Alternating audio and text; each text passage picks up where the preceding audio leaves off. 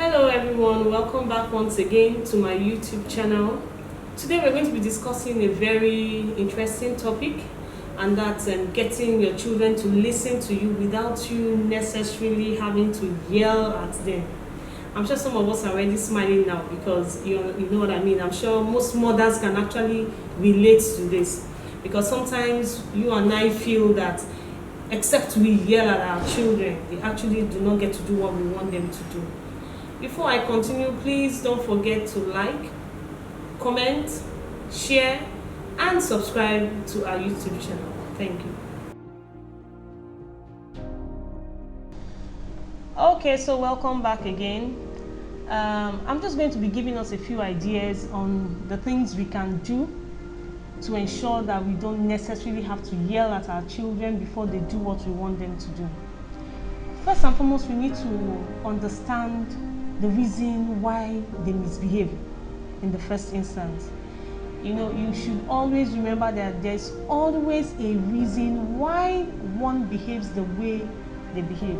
Whether it's an adult or whether it's a child is irrelevant. We all have reasons why we react or why we behave the way we behave. And if we're calm enough to really understand these children and know why they are behaving the way they behave, then it's a lot easier to handle those situations whenever they arise. Honestly, you can actually use a positive way to discipline these children and not necessarily yelling at them. The truth is that when you use this positive means, it helps you as the mother or the parent or the father, whichever one, to pass the message down. Most of the time when we finish yelling, in fact, sometimes they get used to us yelling that they just tell themselves, Mom is going to yell again. When she finishes, I just do whatever I want to do. But you see, when they understand the consequences of what they are doing, then it will help them to make the right choice. So you need to understand the fact that behavior is not random. There's always a reason for every misbehavior, whether it's a child or it's an adult. But here today we're talking mainly about our children. So behavior is not random. There's always a reason for every behavior. And one of the things we need to understand in life is that every human, whether they are children or they are adults, every human has the need for attention and for power. And if you look at your child or your children, you discover that they also have this need for attention and for power. And I tell you, children will always use any means that works for them to get whatever they want. So take for instance, if you ask them to do something, or if you've asked them to do something in time past and they start nagging or grumbling and all of that, and you change your mind, you just ignore them, be sure that they're going to repeat it again. You know why? Because they used that strategy and it worked for them. They misbehaved the first time, it worked for them. You ignore them. The next time, they're definitely going to do the same thing.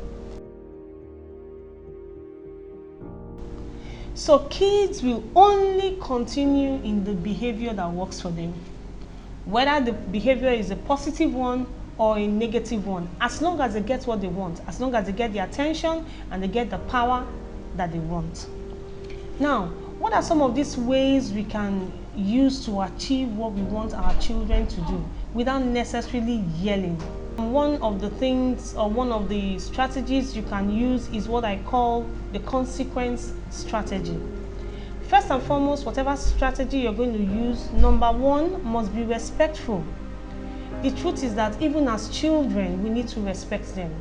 So when you see children misbehaving, maybe they're even fighting or something, it's not necessarily the time for you to barge in and begin to, talk to them anyhow, especially in front of their friends. The truth is that they will just log out.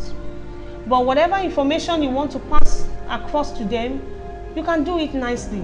Honestly, I tell you the truth, is a very difficult one. If you realize that at that moment you're very upset, you're very angry, you can always come back to that issue.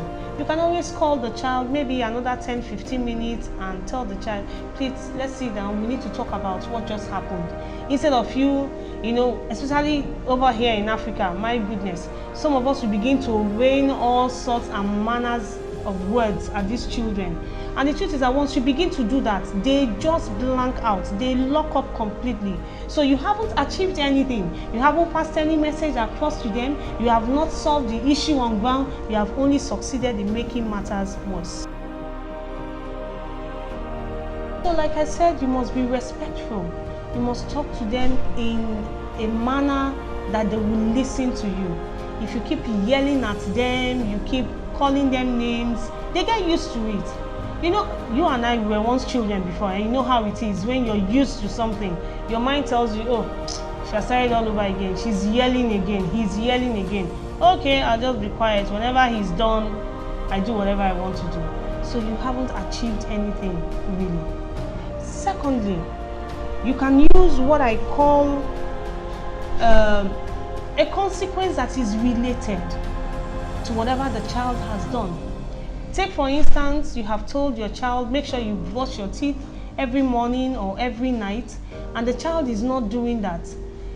You pass your message across to that child. Let the child know that, look, you must do this, you must do that. And if the child is going to say no, you let the child know that if you do not do this, this is going to be the consequence. So that way, you are giving the child the power to make a clear decision, either to take the wrong choice or to take a bad choice. So what do? I tell my child, make sure you brush your teeth in the morning, and then he's not doing it or she's not doing it. What are the consequences? Whatever punishment you're going to give to that child or discipline must be related to it. So here's one of the things you can do. You can tell your child, okay, since you refuse to brush your teeth, this is what's going to happen. I'm not going to buy you sweets. I'm not going to give you biscuits. No ice cream. Things like that. You know why? Now, if they have ice cream, they have sweets and the likes, that's what's going to make their teeth bad. So it's related. It's a discipline or is a punishment that is related to what they are doing.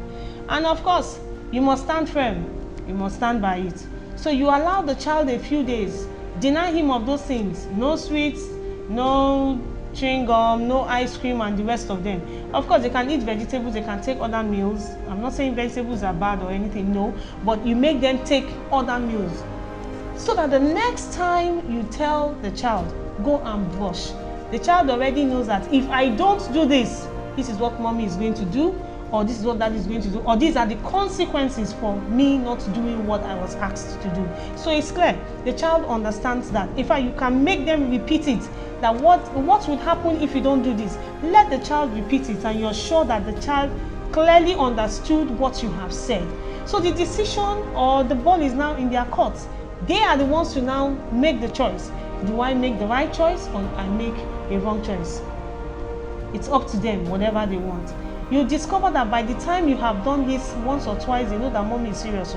The next time you ask them to do that, they will definitely do it. I can guarantee you. They will do it. Why? Because they don't want to lose all of those privileges. They don't want to lose those goodies that you always have in stock for them.